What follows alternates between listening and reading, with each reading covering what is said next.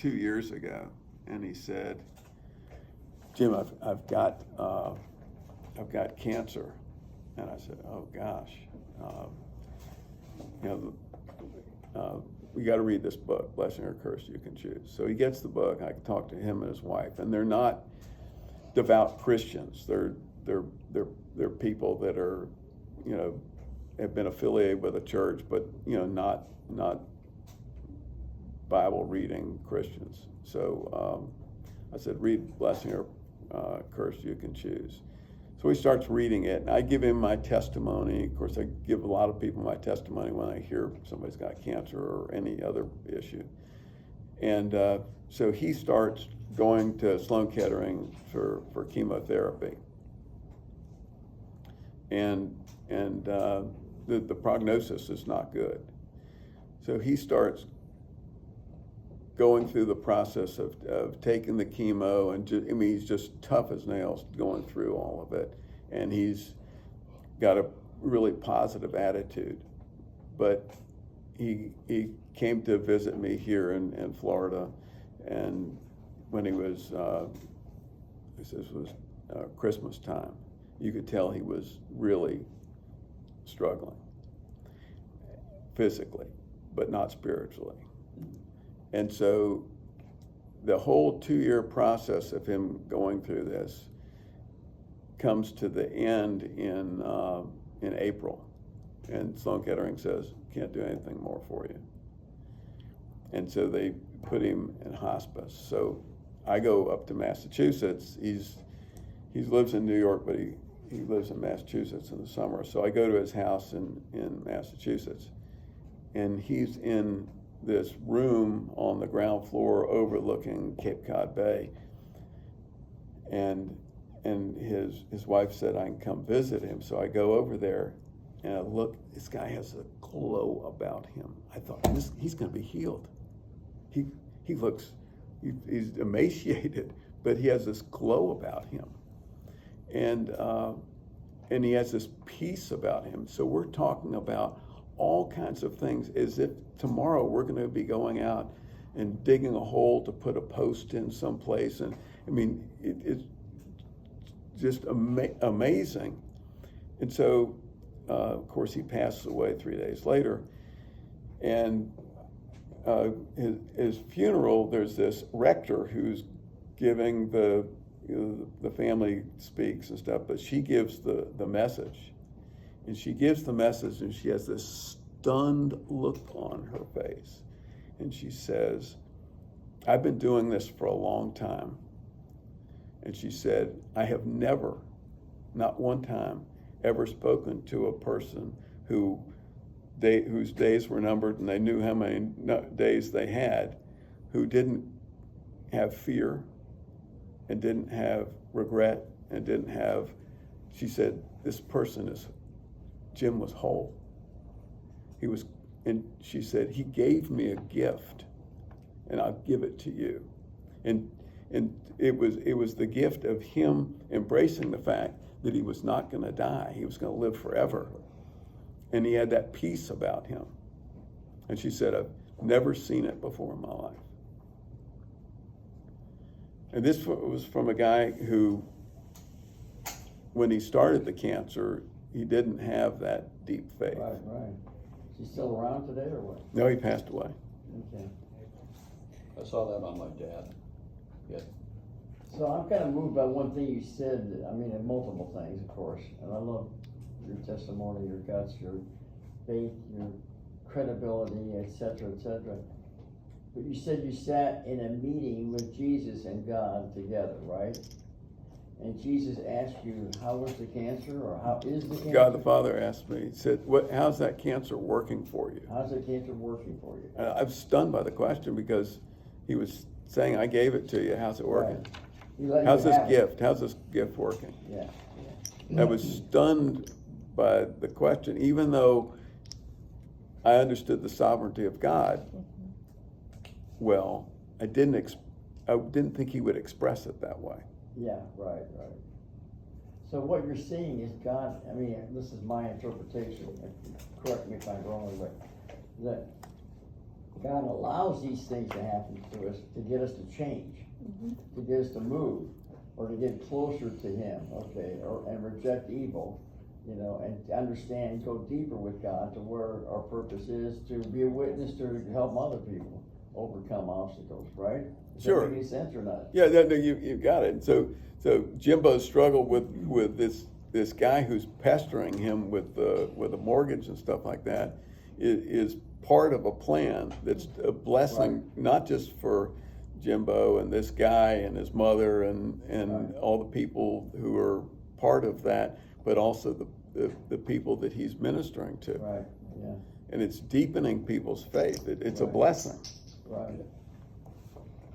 Yeah, I can testify to that too, because I've been through a lot of, I call garbage anyway, and I can look back and see that was God trying to get me off first base to third base, okay? And then home, you know what I mean? Yeah, To where I'll be more complete as a person in terms of what my calling is, right. you know? God does not punish his children. Yeah, yeah, He gives them good gifts. Now, you may not recognize it as a good gift. Right. Getting a terminal cancer is probably not what you would call a good gift. yeah, But I'm a 23-year kidney cancer survivor, stage 2 kidney cancer survivor, and I've always looked back on it, that God made me lie down in a green pasture, yes, beside still waters to restore my soul. All things work for good to them that love God and are called Right, according to His yeah. purpose. yeah, You know, you look back and you say, everything in my life that's happened hasn't been good, but God has used every bit of it for good. yeah. yeah, yeah. The oncologist, was it Asher at Mayo, that pulled all the doctors together to hear your story? His name was Brown. Brown? He was the anesthesiologist. Oh, the anesthesiologist, okay. Yeah.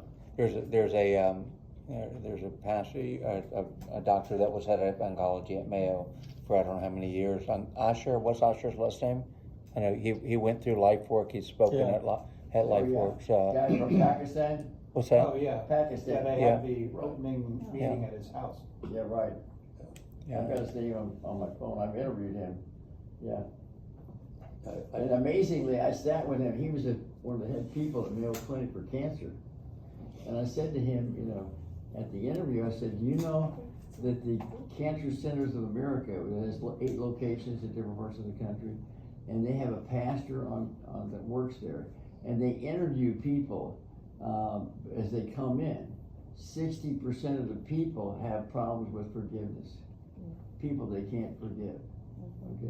Okay. Would that be a way for God to break them? Okay, and to get them to forgive eventually, or whatever it might be, or take them on his path, or whatever.